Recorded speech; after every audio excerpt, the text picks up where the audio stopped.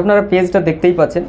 Next ভিডিওতে বা play লিস্টের নিচে যে ভিডিও রয়েছে সেটা আপনারা ওপেন করলেই দেখতে পাবেন যে একটা পিডিএফ রয়েছে। সেই পিডিএফটা আপনারা ডাউনলোড করে নেবেন। এই পেজটা আপনারা পেয়ে যাবেন ফোনে পিডিএফের মাধ্যমে, মোবাইলে বা ল্যাপটপে আপনারা ডাউনলোড করে নেবেন এবং আপনারা এই পেজটা স্পষ্টভাবে পড়তেও পারবেন এবং আরও ভালোভাবে ক্লিয়ার হয়ে যাবে। তাহলে আপনারা উপরে দেখতেই পাচ্ছেন মিষ্টি জলে মুক্তা চাষ। প্রথমেই 1 নম্বরে যেটা রয়েছে সেটা হচ্ছে ঝিনুক কয় প্রকার ও কী কী। ঝিনুকের প্রকার যদি বলা যায় অর্ধচাঁদ, চাঁদ এবং কালী ঝিনুক, যেগুলো আমাদের এই এলাকায় পাওয়া যায়।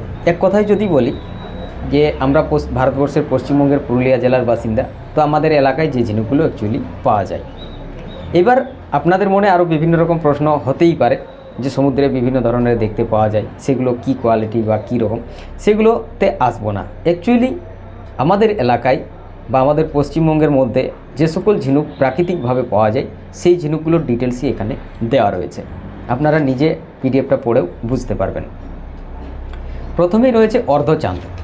এটা বাইরের দিকে কালচে দেখতে হয়।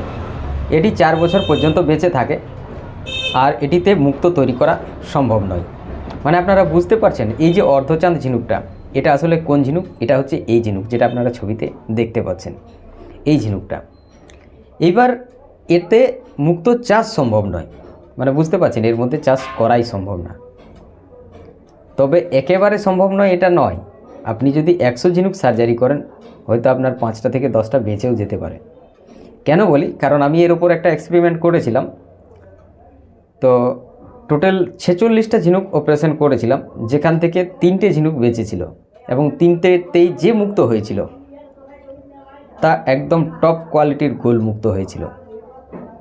হ্যাঁ, তবে আমাদের ভারতবর্ষের বিশেষজ্ঞরা যখন এক্সপেরিমেন্ট করে তখন তারা হয়তো 10 পিস বা 15 পিসের ওপর করেছিল এবং সবকটাই মারা গেছিলো। তো সেই কারণবশত দেখা যায় যে এমনটাও হতে পারে যে যারা এই অর্ধচাঁদে ফার্মিং করবে তারা নাও সাকসেস হতে পারে। সফলতার দিকে দিয়ে যদি দেখা যায় শতকরা 1% বা 2% ধরা যায় যে এটা চাষ করা সম্ভব। একেবারেই না এটা কিন্তু নয়। পরের ভিডিওতে আমরা আসছি যে চাঁদ ঝিনুক বা কালী ঝিনুক সেটা কি, সেই সম্পর্কে কথা বলবো।